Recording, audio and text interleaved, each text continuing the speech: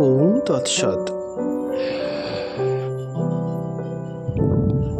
স্বাস্থ্য সম্পদ যার আর নেই, তার কাছে পৃথিবীর সঞ্চিত রাশিকৃত নানা সম্পদ থাকলে বৃথা বলে মনে হয়। স্বাস্থ্যই সম্পদ, এই আদর্শকে সামনে রেখে সর্বাগ্রে আমাদের স্বাস্থ্যকে সুস্থ ও সবল রাখার ব্যবস্থা করতে হবে। তবেই হবে ধর্মচর্চা এবং কর্মচেষ্টা। ভগবত দর্শনের উদ্দেশ্যে মনকে স্থির করার জন্য আমরা ভজন, পূজন, জপ, ধ্যান ইত্যাদি কত কি করে থাকি। যদি শরীরে অসুস্থতার কোনো রকম উপসর্গ দেখা যায়, যেমন পেটে বায়ু, মাথা ধরা, পেট ব্যথা, কোমর ব্যথা, দাঁত ব্যথা বা অন্য যে কোনো রকম রোগে আক্রান্ত হলে জপ ধ্যানে মন কিছুতেই রাখা যায় না। দেহবোধ যেসব সাধকের নেই, তাদের কথা অবশ্য আলাদা। পরম যোগী ঋষিরা শরীরকে সুস্থ, সবল ও সঞ্জীবিত রেখে যাতে সাধনার কোনো রূপ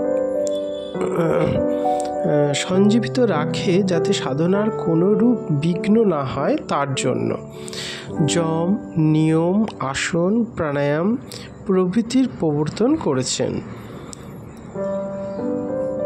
কারণ শরীর অসুস্থ থাকলে মন চঞ্চল হয়।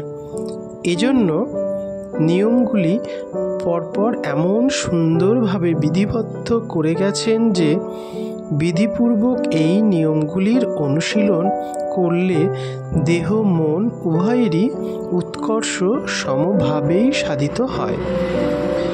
জীবনী শক্তি দ্রুত ক্রিয়াশীল হয়।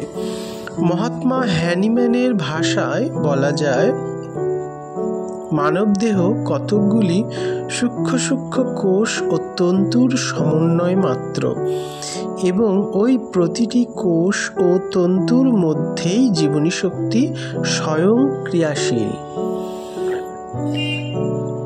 একমাত্র অবিভাজ্য এবং নিরাকার এই জীবনী শক্তি শরীরের সর্বত্র উপস্থিত থেকে উহার বৃহদংশ, ক্ষুদ্রাংশ এবং ক্ষুদ্রাদপি ক্ষুদ্রাংশকে এমন সুন্দর এবং সুশৃঙ্খলভাবে সক্রিয় এবং সঞ্জীবিত রাখে যে মানুষ মুক্তভাবে তাহার জীবনের উচ্চতর উদ্দেশ্যগুলি সাধন ক্ষেত্রে শরীরের কার্যকরী অংশগুলিকে ইচ্ছানুরূপ নিযুক্ত করতে পারে।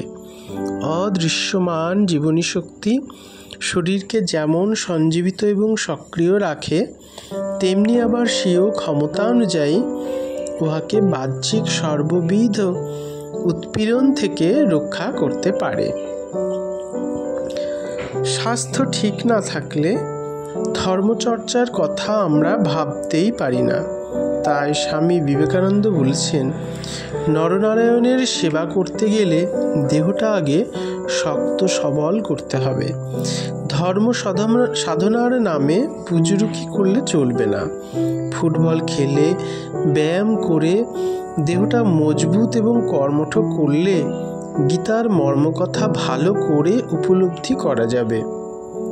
মানব জন্মকে শ্রেষ্ঠ জন্ম বলা হয়, কারণ মানব দেহেতেই ঈশ্বর চিন্তন একমাত্র সম্ভব।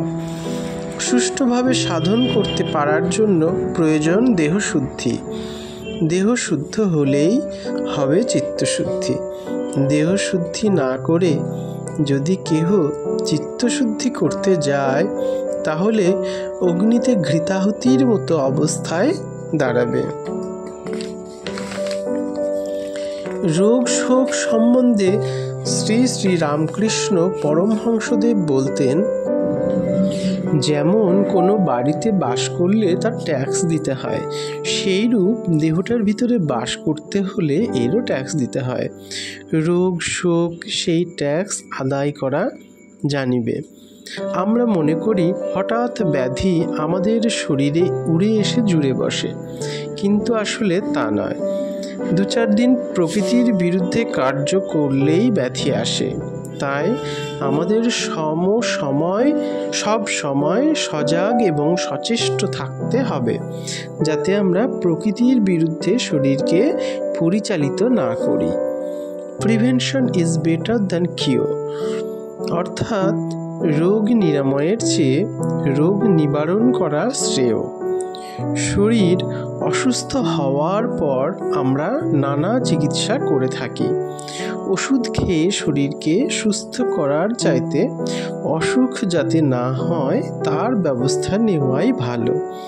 কেননা আমরা জানি জোড়াতালি দেওয়া জিনিস আসল জিনিসের থেকে কম শক্তিশালী হয়। শরীর সুস্থ রাখতে হলে বা দেহ শুদ্ধি করতে গেলে আহার শুদ্ধিরও ওপরও নজর দিতে হবে।